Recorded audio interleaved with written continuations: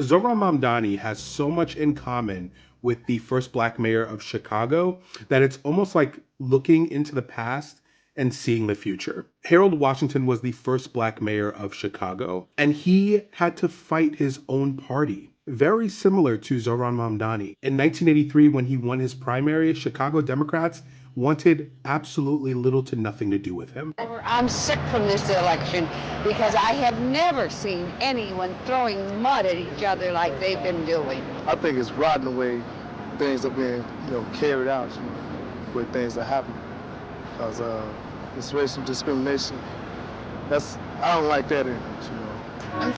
They backed Republicans to stop him. They even ran white candidates with a ton of name recognition, like Richard Daley, to go against him. This was very similar to Zohran Mamdani, someone with little name recognition in New York City, and Andrew Cuomo, someone who had generational name recognition in New York politics. With Harold Washington, they said that he was too black. He was a radical. He's going to give all of our stuff away. With Zohran Mamdani, they're saying something very similar. He's too Muslim. He's a radical. He's going to give all of our money away. People even threatened to leave Chicago if Harold Washington got elected. Sound familiar? Once he was elected, Harold Washington faced a very hostile city council. Now, Mamdani's not in office yet, but the ecosystem is pretty hostile. One of the similarities between Washington and Mamdani is who they got to vote for them. Harold Washington realized that he could carry the Chicago elections with black and brown voters.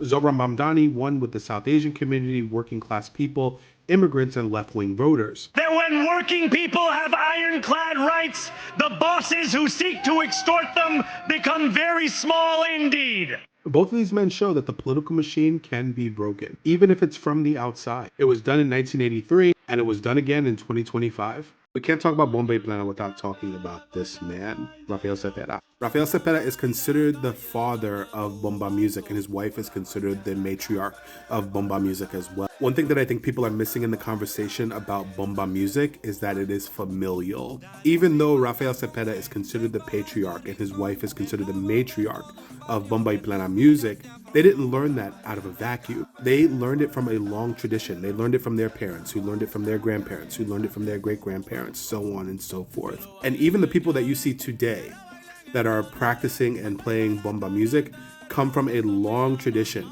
of people and family that have done it.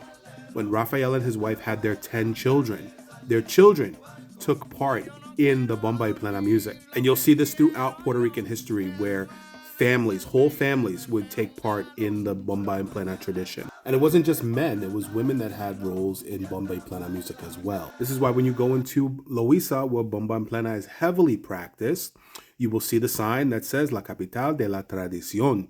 And I want to harp on the familial aspect of it. He named a lot of his music after people, and I assume they might be people that he knew or his family. For example, he has a song called Juan Jose, he has a song called Ana Celia, and then he has another song called El Bombón de Elena.